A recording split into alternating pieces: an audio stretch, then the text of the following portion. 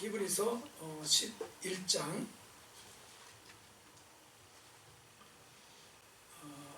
39절 40절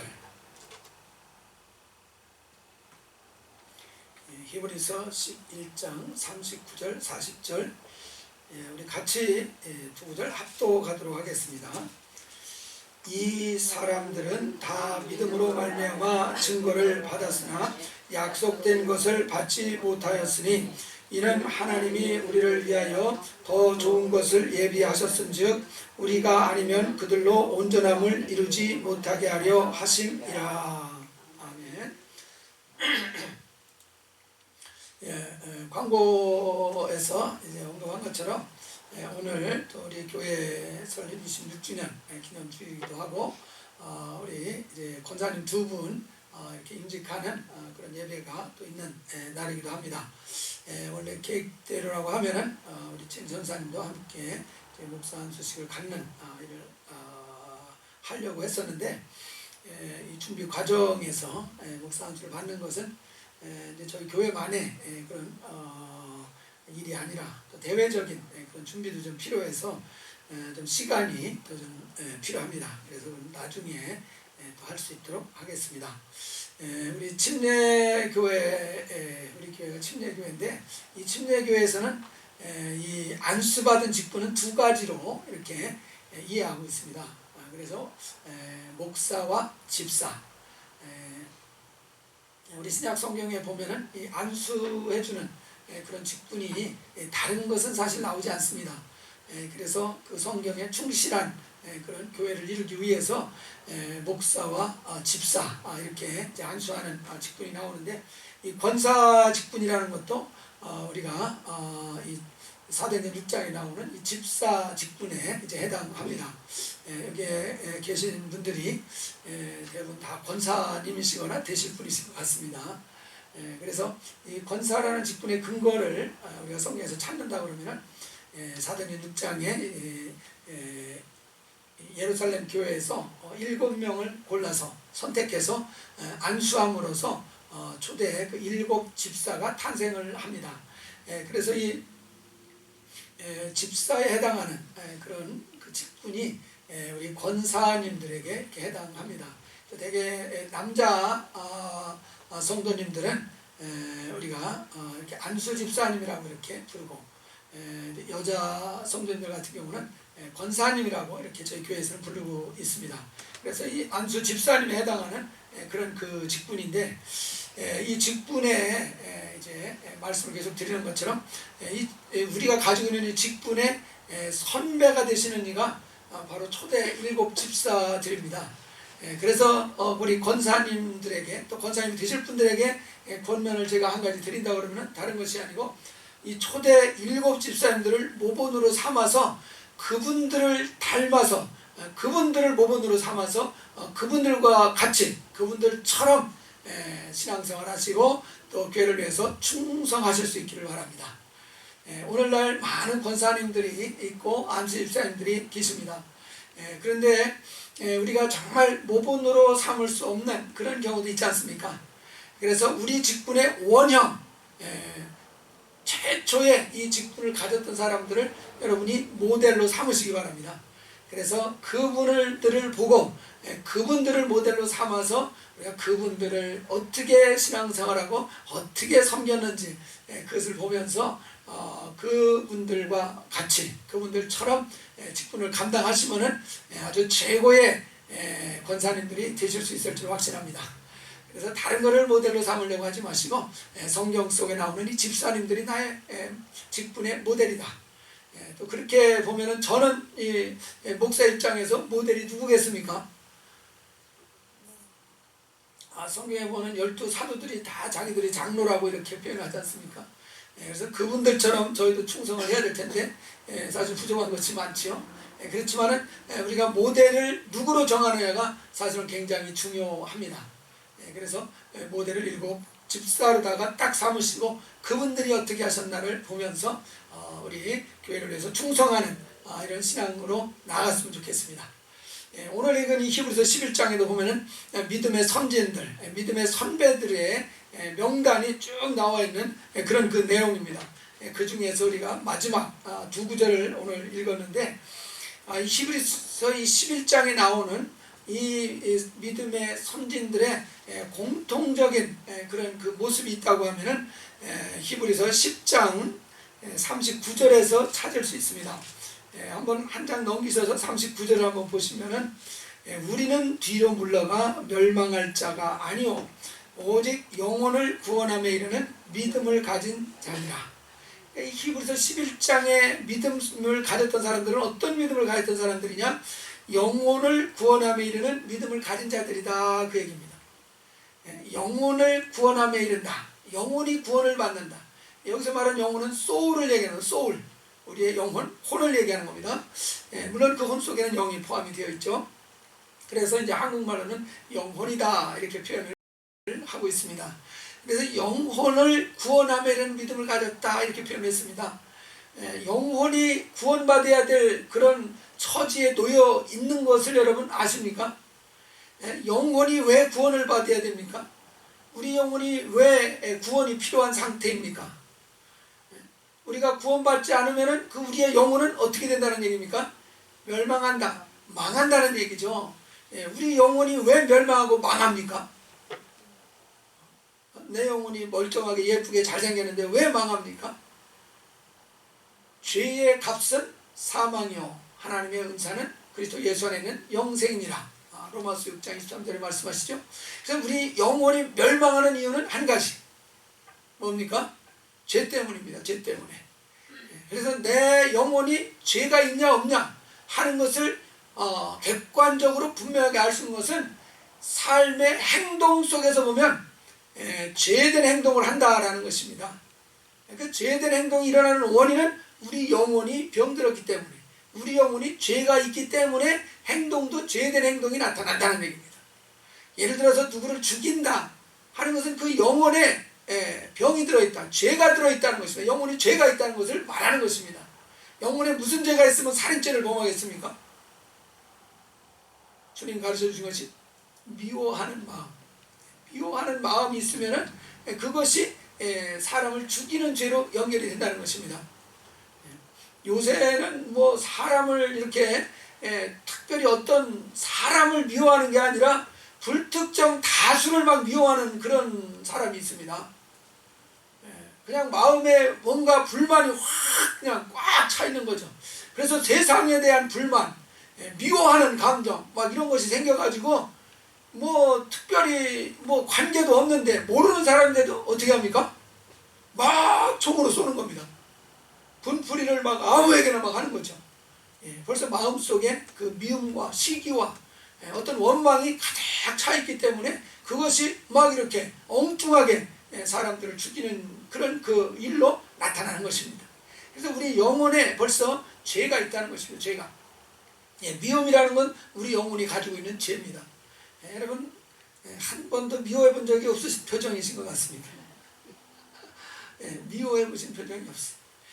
원망, 불평, 다 우리 안에 있는 것들이 이제 밖으로 드러나면 심각한 그런 그 죄의 모양으로 나타나게 되는 것이죠. 그래서 우리 영혼이 그냥 있으면은 망한다는 것입니다. 왜냐하면 우리 영혼이 죄를 가지고 있고, 죄라는 것이 어떤 건지에 대해서는 이해하실 것입니다.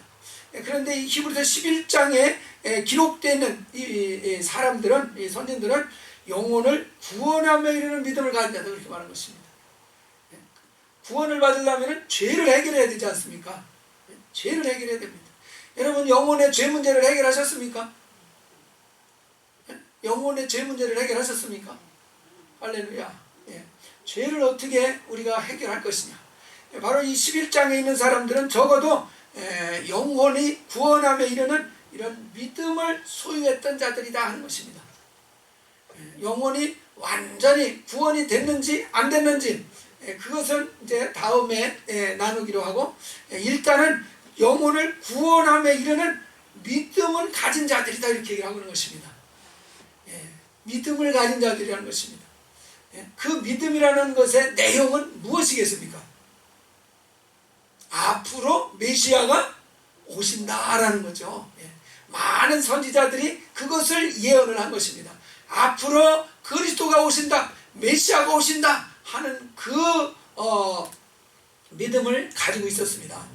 우리 한번 베드로전서를 찾아보면 확실하게 확인이 됩니다. 베드로전서 1장. 베드로전서 1장.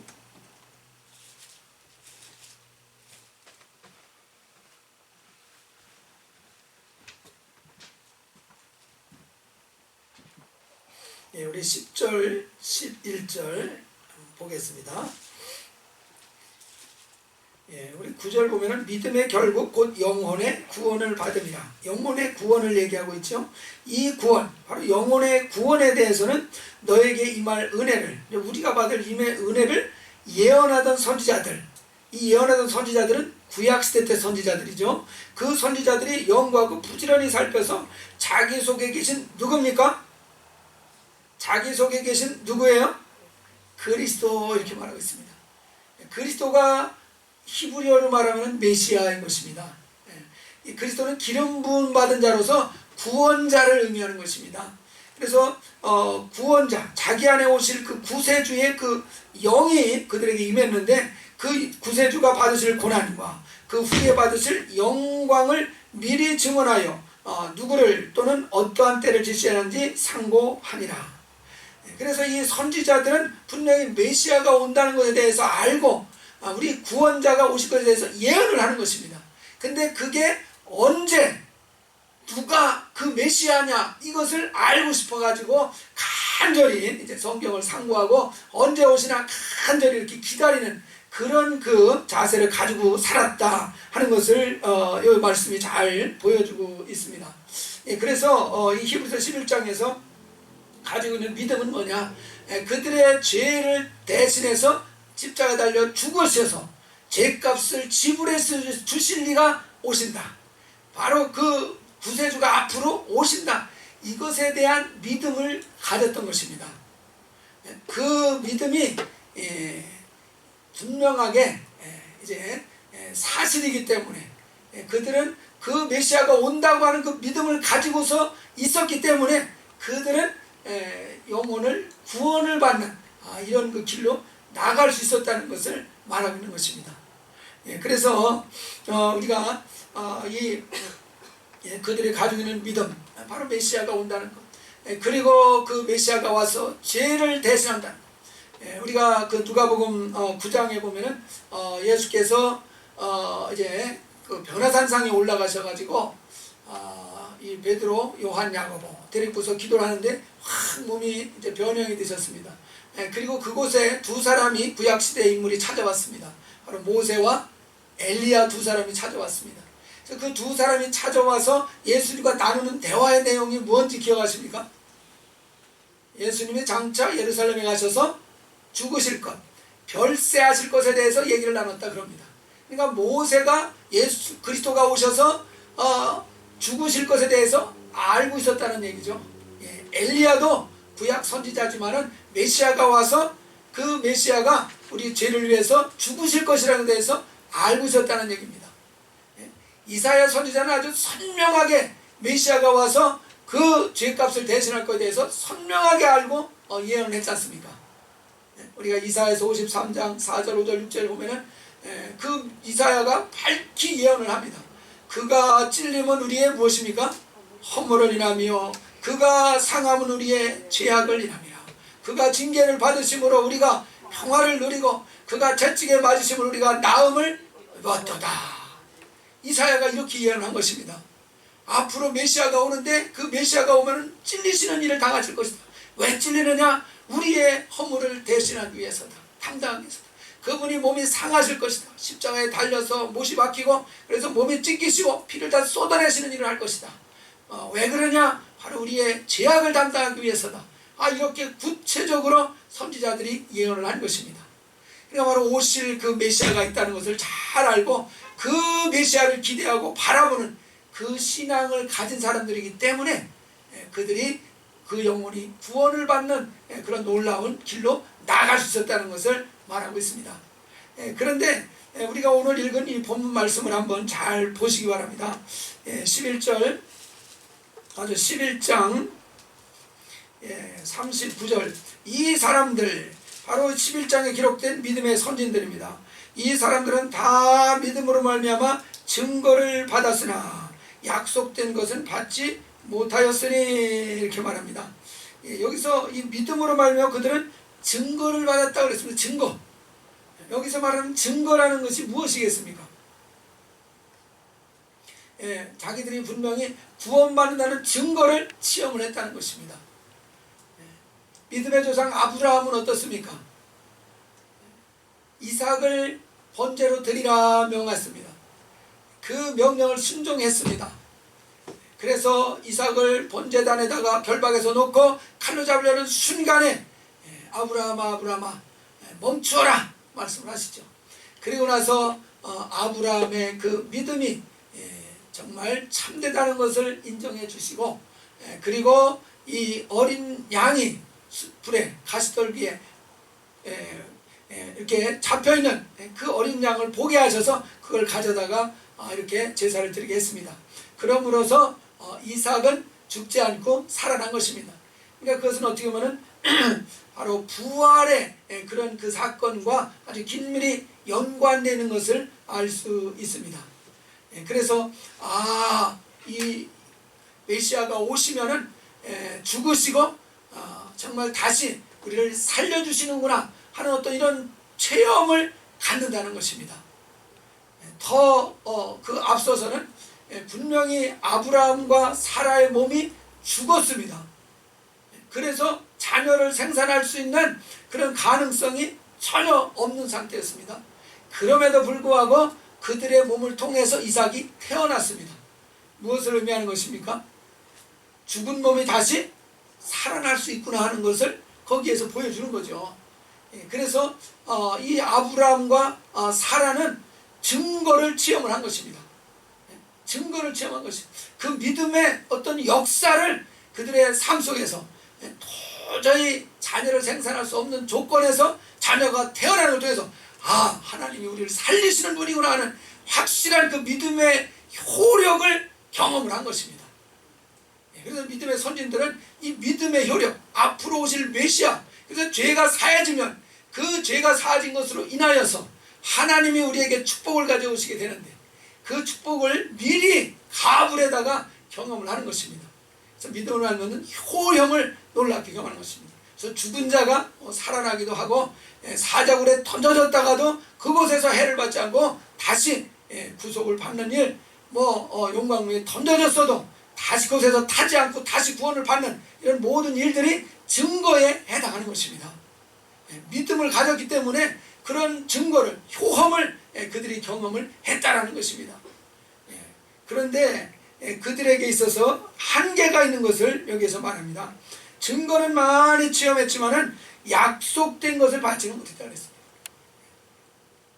앞으로 오실 메시아에 대한 믿음을 가짐으로써 그 믿음으로 많은 정말 그 역사를 이루고 경험을 했지만은 그들의 믿음의 한계는 약속된 것을 못 받았다 이렇게 말했습니다.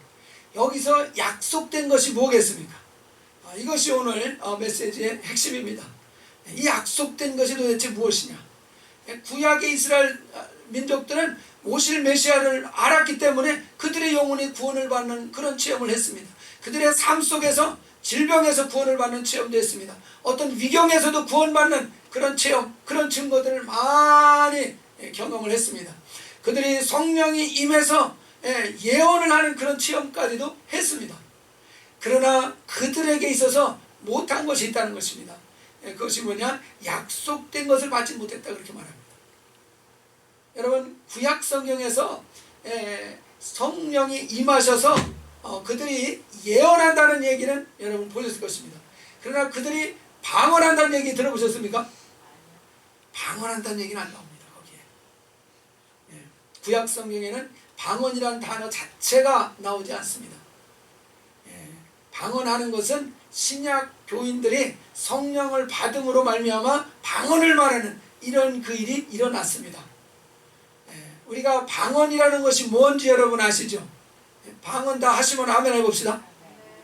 이 방언이라는 게 도대체 무엇이냐? 우선은 방언을 언제 말하냐면은 성령의 선물을 받았을 때, 성령 침례를 받았을 때 비로소 말할 수 있는 것이 방언입니다. 구약시대 사람들은 성령을 받았을 때 예언까지는 했습니다. 그러나 방언은 하지 못했습니다. 그래서 이 방언이라는 것이 굉장히 중요한 의미가 있다는 사실이에요. 고린도전서 14장에 보면은 방언은 내 영으로 하나님 앞에 비밀을 말하는 것이다 이렇게 얘기했습니다. 그래서 이 방언이라는 것은 내 영이 하나님 앞에 기도하는 것이라는 거예요. 우리가 마음으로 기도할 수 있습니다. 하나님 아버지, 오늘 예배에서 하나님의 은혜를 깊이 경험할 수 있게 해주세요. 이렇게 마음에 원하는 것들을 하나님 앞에 얼마든지 기도할 수 있습니다. 이게 마음의 기도죠. 근데 영의 기도라는 것, 이것은 방언으로 나오는 것입니다. 근데 우리가 한번 생각해 보세요. 이 기도라는 것을 보통 호흡이라고 말합니다. 그렇습니까? 호흡이다. 우리 신앙에 호흡이다 이렇게 얘기를 하지 않습니까? 호흡을 할 수 있다는 것은 살았다는 얘기예요? 죽었다는 얘기예요? 살았다는 얘기입니다. 근데 그 사람이 죽었나 살았나 우리가 일반적으로 볼 때 뭘 살핍니까? 숨을 쉬나 안 쉬나 보는 거죠. 그래서 이제 닭 깃털 같은 걸 코에다 이렇게 대보는 거죠. 이게 움직이나 안 움직이나. 물론 의사들이야 딱 이렇게 후레쉬 피고 동공에 뭐가 반응을 하나, 빛을 딱 비춰서 살아있으면 동공이 확장이 되잖아요. 불이 켜지면. 뭐 그건 이제 의사들의 방법이고, 우리들 같은 평범한 사람들은 이 사람이 숨을 쉬나 안 쉬나, 심장이 뛰나 안 뛰나 이런 건데, 그것으로 살았나 죽었나를 확인하는 것입니다. 근데 우리의 영이 기도를 한다는 것은 우리의 영이 살았다는 거예요? 죽었다는 거예요? 살았다는 것입니다. 내 영이 기도할 수 있다는 것은 내 영이 숨을 쉰다는 얘기거든요. 숨을 쉰다는 것입니다. 숨을 쉰다는 얘기는 내 영이 살았다는 것을 의미하는 것입니다. 그럼 구약시대 때 사람들은 왜 방언을 못했습니까? 아직 영이 살았어요? 못 살았어요? 아직 안 살아났다는 얘기입니다. 영은 아직 살아나진 않은 것입니다. 살아날 것이라는 것을 믿고 있는 것입니다. 살아날 것이라는 걸 믿고 있는 것이에요. 그래서 그 믿음으로 정말 능력의 역사를 체험하는 것까지는 했지만은 영이 아직은 살아난 것은 아닙니다. 살아날 줄 믿고 있는 것이지. 근데 실제로 예수께서 오셔서 십자가에 달려서 죽으심으로 죄의 값을 지불해 버리셨다는 것입니다. 그래서 이제는 우리의 죄가 이미 지불이 되어져 버렸기 때문에, 우리 영혼의 죄가 이제는 옮겨졌기 때문에, 그래서 이제는 우리 영이 거듭나는 역사가 가능해졌다는 것이에요. 그래서 영이 이제는 살았다는 것입니다. 그 증거로서 성령이 오셔서 우리 영이 살아났다는 증거로서 무엇을 말합니까? 방언을 말한다는 사실입니다. 바로 우리가 방언을 말했다는데 영이 살아났다는 것을 증명해 주는 것입니다. 이거는 구약 사람들은 전혀 경험하지 못했던 것입니다. 그러니까 구약시대 사람보다 신약교회, 신약시대 사람들이 훨씬 더 축복된 그런 영적 환경에서 살고 있는 것을 믿으시기 바랍니다. 그래서 참 이 방언을 말한다는 것이 얼마나 놀라운 사건인지 모르는 것입니다. 예수님께서 정말 마가복음 16장에서 믿는 자에게 이런 표적이 이제는 따를 것이다. 구약시대 때 그런 말 해준 적이 없습니다. 귀신을 내어 쫓는 표적이 따르지 않겠냐. 영이 살아났기 때문에 나타나는 증거들이죠. 영이 살아났기 때문에 방언을 말하되 새 방언을 말하는 역사가 나타날 것이다. 바로 뱀도 집어낸다. 정말 마귀의 모든 그릇된 생각들, 이론들, 옛사람 다 집어낼 수 있을 것이다. 어떠한 독을 마셔도 정말 영혼에 수많은 정말 독을 퍼붓는 뉴스들이 얼마나 많습니까? 영혼을 상하게 하고 영혼을 죽이게 만드는 이런 그 이야기들이 얼마나 많이 세상에 돌아다닙니까? 그런데 어떠한 독을 마실지라도 영이 살아난 사람은 해를 받지 않을 것이다. 소화시킬 것이다. 이렇게 말씀하십니다. 할렐루야. 소화시킨다는 것이 어떤 독을 마시다. 육신의 독을 말지라도, 영혼의 독을 말지라도, 어떤 독이라도 다 소화한다. 영이 살아났기 때문에 가능하다는 것이 그것이. 그리고 병든 자에게 손 얹으면 육체의 병도 치료가 되는 역사가 나타난다. 누구에게 이런 역사가 나타납니까? 믿는 자들에게 나타난다는 것이야. 믿는 자는 영이 살아난 자이기 때문에 그런 일들이 나타나는 것이 가능해진다 이 말입니다. 우리가 이 성경 말씀 여기에 특별히 그것을 약속한 것을 받지 못했다 이렇게 표현을 했습니다. 우리가 이 약속이라는 것 우리 한번 조금 성경을 찾아보시기 바랍니다. 에베소서 1장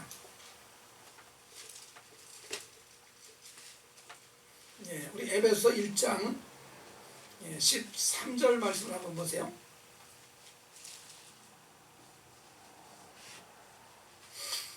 우리 한번 같이 읽겠습니다. 그 안에서 너희도 진리의 말씀 곧 너희의 구원의 복음을 듣고 그 안에서 또한 믿어 약속의 성령으로 인치심을 받았으니 이는 우리 기업의 보증이 되사 그 얻으신 것을 속량하시고 그의 영광을 찬송하게 하려 하심이라. 우리 여기에 보면은 이 믿은 다음에 인을 치는 일을 하시는데 무엇으로 인을 치느냐? 약속의 성령이라 이렇게 표현을 했습니다. 성령으로 인친다 이렇게 말하지 않고 특별히 그 앞에다가 약속의 성령이다 이렇게 말했습니다. 약속의 성령이다. 이게 약속이라는 게 사도행전 1장 4절을 보면은 무슨 의미인지를 알 수가 있죠. 사도행전 1장 4절도 한번 같이 찾아서 확인해 보겠습니다. 사도행전 1장 4절 사도와 함께 모이사 그들에게 분부하여 이르시되 예루살렘을 떠나지 말고 내게서 들은 바 아버지께서 약속하신 것을 기다리라.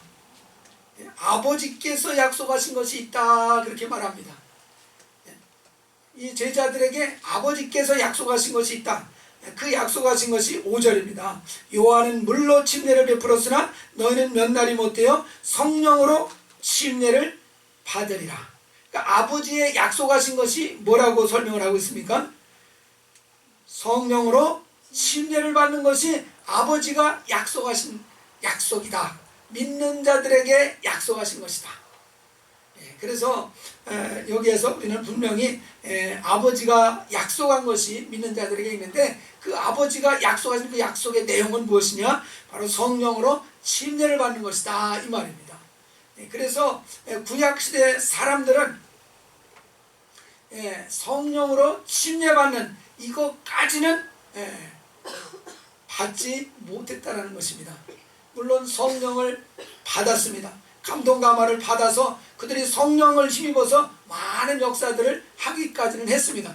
그러나 그 영이 살아나는 역사까지는 아직 안 일어났던 것입니다. 성령이 그를 감동하셔서 어폰이라는 단어를 쓰지 않습니까? 그 몸 주위에 성령이 감동을 팍 시켜요. 밖에서 난로를 펴놓으면 우리 몸이 따뜻해지지 않습니까?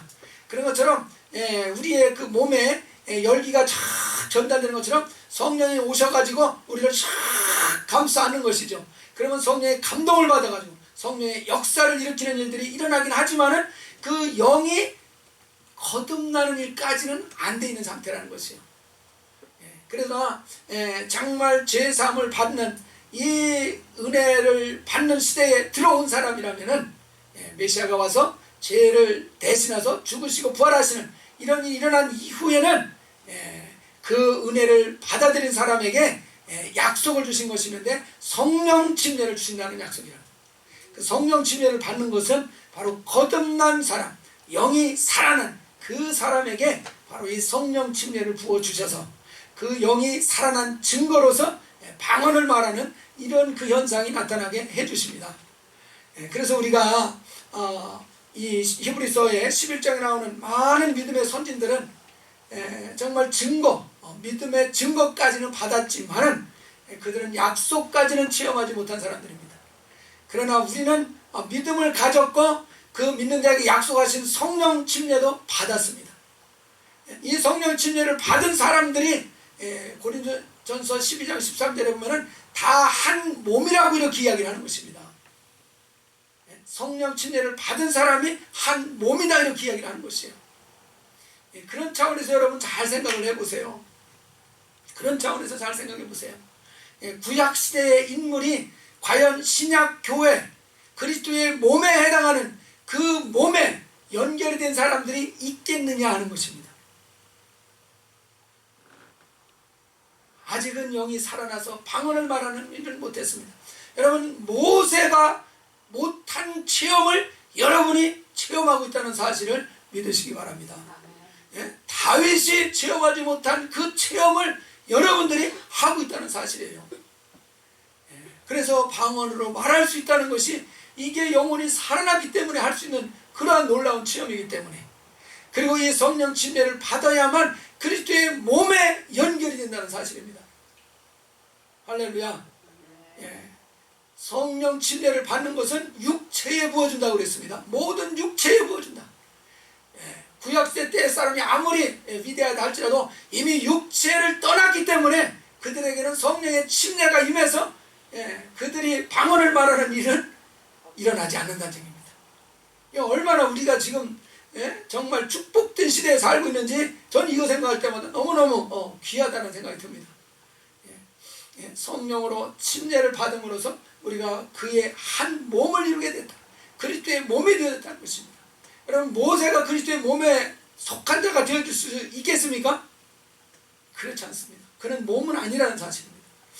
우리 한번 히브리서 그 앞부분에 한번 보십시다. 히브리서 3장에 보시면은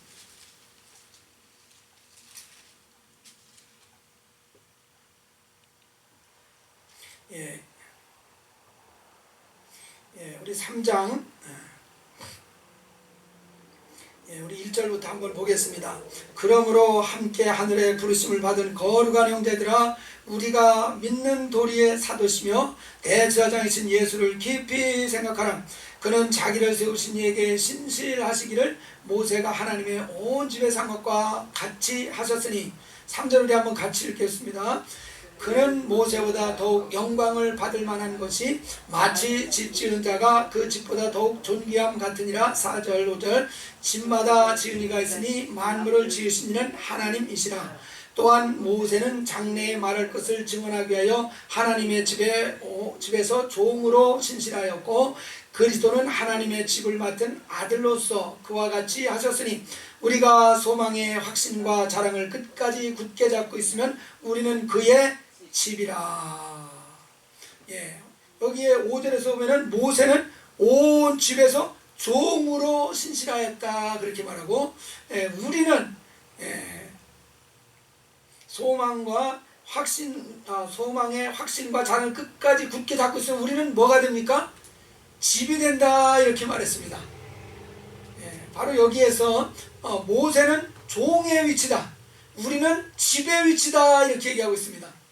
집이라는 것은 거하는 곳 아닙니까? 거하는 곳. 그래서 성령이 거하는 전이 우리가 되어진 거 아닙니까? 믿습니까? 성령을 받았다는 얘기는 성령의 전이 되었다는 얘기입니다. 성령이 전이 되었다는 것은 성령으로 말미암아 우리가 하나가 되었다는 얘기입니다. 성령이 우리 안에 있고 우리가 그리스도 안에 있고, 그러니까 두 개가 하나가 되었다는 것을 의미하는 겁니다. 그래서 우리는 그리스도의 몸이라 이렇게 얘기하는 겁니다. 집이라고 해놨으니까 뭔가 그리스도와 다른 것처럼 생각하시는데 아닙니다. 집이라는 것은 그의 몸이라는 의미인 것입니다. 그래서 모세는 그의 집이라고 말하지 않습니다. 그의 몸이라고 이렇게 말하지 않습니다. 저 천국에 가면은 모세가 우리를 부러워하겠습니까? 우리가 모세를 부러워하겠습니까? 모세가 우리를 부러워할 상황이 될 것입니다. 그의 몸이 되어 있는 상태거든요. 그 몸을 잘 수종드는 종의 위치에 있다는 것입니다. 제가 보기에 우리는 그리스도의 몸으로서 그리스도의 영광을 같이 누릴 것이고, 모세는 우리를 수종드는 종의 위치에 있는 것일 수 있다는 사실입니다. 이것이 어떻게 해서 이런 일이 일어난 것입니까? 약속을 우리는 받았다는 것입니다. 약속을 우리는 체험을 했다는 것이에요. 그 약속을 체험한 자는 그리스도의 몸이 된 자예요. 정말 그것을 우리가 교회라고 말하는 것입니다. 그 교회 중에서 또 구별해서 권사님으로 세웠다는 것입니다. 할렐루야. 이 얼마나 큰 영광인지, 이 세상에서 누릴 최고의 영광을 누리신 줄 믿으시기 바랍니다. 안 믿어져도 그냥 아멘 하시기 바랍니다. 이게 놀라고 기가 막힌 얘기거든요. 기가 막힌 얘기입니다. 우리의 영의 눈이 좀 떠졌으면 좋겠어요. 우리의 정말 영의 귀가 열려졌으면 좋겠어요. 얼마나 그 영광이 큰 것인지요. 예? 요즘에 참 새록새록 이것이 이제 보이는 것입니다. 야, 이게 웬일이냐 도대체. 그냥 아무것도 한 것이 없는 것 같은데. 예. 예. 이름을 제가 이제 기억이 잘 나는데, 이 참새라는 단편 소설이 있습니다. 러시아 소설가가 지은 것으로 알고 있는데, 이 소설가가 사냥개를 가지고 숲속으로 사냥을 갔다가 돌아올 때 체험한 것을 소설로, 짧은 소설로 쓴 것입니다.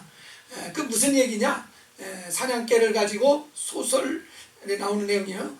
사냥개를 가지고 이제 사냥을 하고 돌아오는데, 이 사냥개가 갑자기 멈추더니 막 한 곳으로 나무 밑으로 달려가는 것입니다.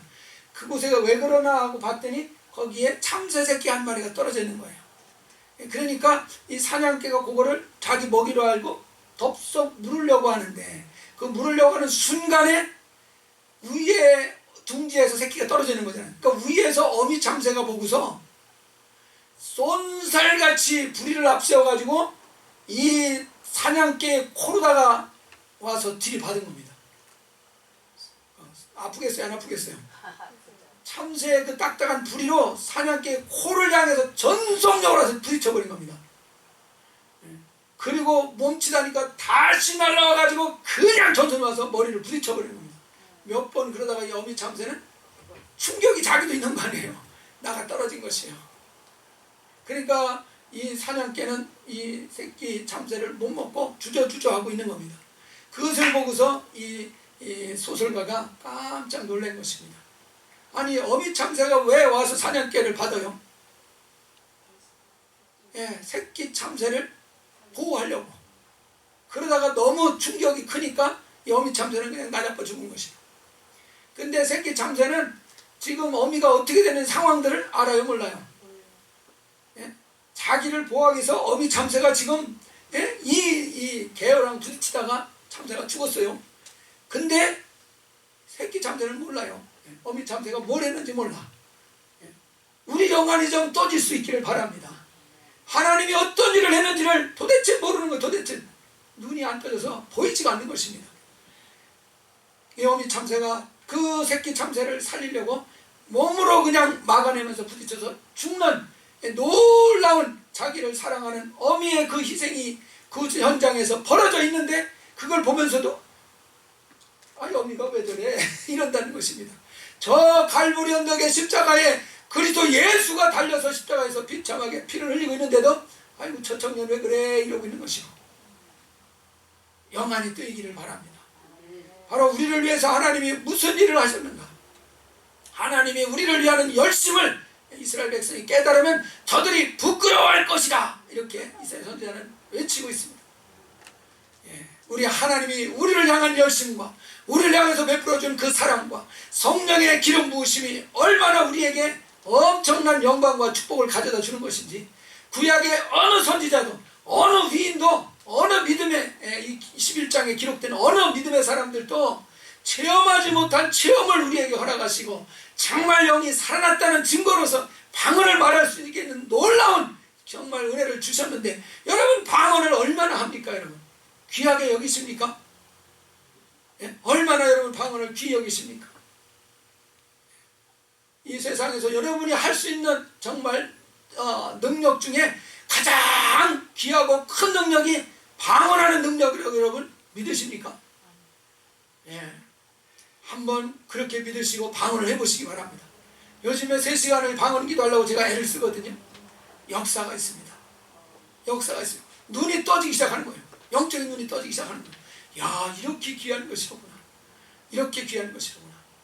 별로 의미 없는 것 같고 아무런 정말 의미 없이 하는 것이라서 다른 사람 듣기에 정말 거슬릴 만한 이런 말이라 할지라도 내용이 살았다는 확실한 증거 아닙니까? 내용이 살았다는 확실한 증거. 내 영혼이 숨을 쉬는 것이 방언을 말하는 것인데, 충분히 숨을 쉬면은 내 영혼이 생명이 넘칠 것이고, 생명이 넘치면은 영으로서 몸의 행실을 막 지배하고 다스릴 수 있는 역사가 나타나는 것입니다. 영이 힘이 있어야 이 육체를 벗어버리는 것을 할 수가 있지 않겠습니까? 언제까지 육신의 지배에 이 육체의 소욕의 지배를 받으면서 육신대로 살려고 하신 것입니까? 육신대로 살다가는 반드시 죽을 것이라고 그랬습니다. 반드시 주님 만나기 전에 이 육신을 벗어버리는 이것을 완성하시기 바랍니다. 그러려면 영혼이 살아나야 돼요. 힘을 얻어야 돼요. 그래서 힘을 얻기 위해서 구체적으로 방법까지도 우리에게 주신 것입니다. 기도하라. 영의 기도를 해라. 그러면은 내 영이 힘을 얻고 능력을 얻어서 육체의 소욕을 능히 벗을 수 있는 능력을 발휘할 수 있다는 것을 주님이 하시고 방언을 하게 하신 것입니다. 그래서 우리가 구체적으로 육체를 이길 수 있는, 이 옛사람을 벗어버릴 수 있는 그 도구까지도 우리에게 주신 것입니다. 그래서 바울 사도는 얘기하지 않습니까? 고린도 교회 편지를 쓸 때 내가 누구보다도 방언을 더 많이 말함으로 하나님께 감사하노라. 과거에 말했다는 뜻이 아니잖아요. 고린도 교회 편지를 쓸 때 그 당시에 누구보다도 방언을 많이 말하고 있다라고 바울은 스스로 증거하고 있습니다. 왜 그렇게 바울이 방언을 많이 말하겠습니까? 세상 것은 배설물같이 다 내버린 사람 아닙니까? 세상 것은 배설물같이 다 내버렸어요. 가치가 없다고 다 내버려버렸습니다. 근데 바울은 안 버리고 누구보다도 열심히 사용하는 것이 있습니다. 그것이 뭡니까? 방언하는 기도였습니다. 세상 좋은 거는 다 가치 없다고 내버린 사람이 방언 기도는 누구보다도 더 열심히 한다고 이렇게 말하고 있습니다. 그러니까 방언이 귀한 거예요? 귀하지 않은 거예요? 귀한 것이죠. 가장 귀력에서 부지런히 사용을 했기 때문에 바울이 그렇게 하나님 앞에 크게 쓰임받을 수 있었다는 사실을 믿으시기 바랍니다. 우리도 하나님 앞에 바울처럼 크고 귀하게 쓰임받으려면 뭐 하면 되겠습니까? 열심히 방언 기도하시기 바랍니다.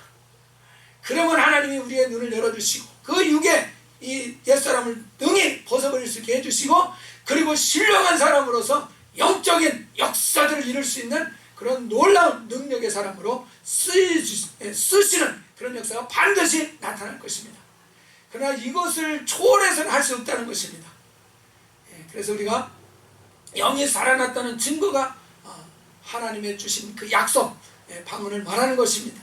이것은 구약 누구도 경험했지 못했던 체험이요, 그래서 약속을 받은 우리만이 할 수 있는, 그리스도의 몸된 사람만이 할 수 있는 기도가 방언입니다. 그래서 뜨겁게 많이 방언을 말하셔서 영혼이 강건해지고, 그래서 정말 영적으로 눈이 뜨이고 정말 눈이 열려서 하나님의 주신 은혜가 얼마나 큰 것인지 다시 깨닫고, 그래서 극진한 감사와 아주 지극히 기쁜 마음으로 우리 삶 가운데서 주님 영광 나타낼 수 있는 우리 모두가 될 수 있기를 주의 이름으로 축원합니다.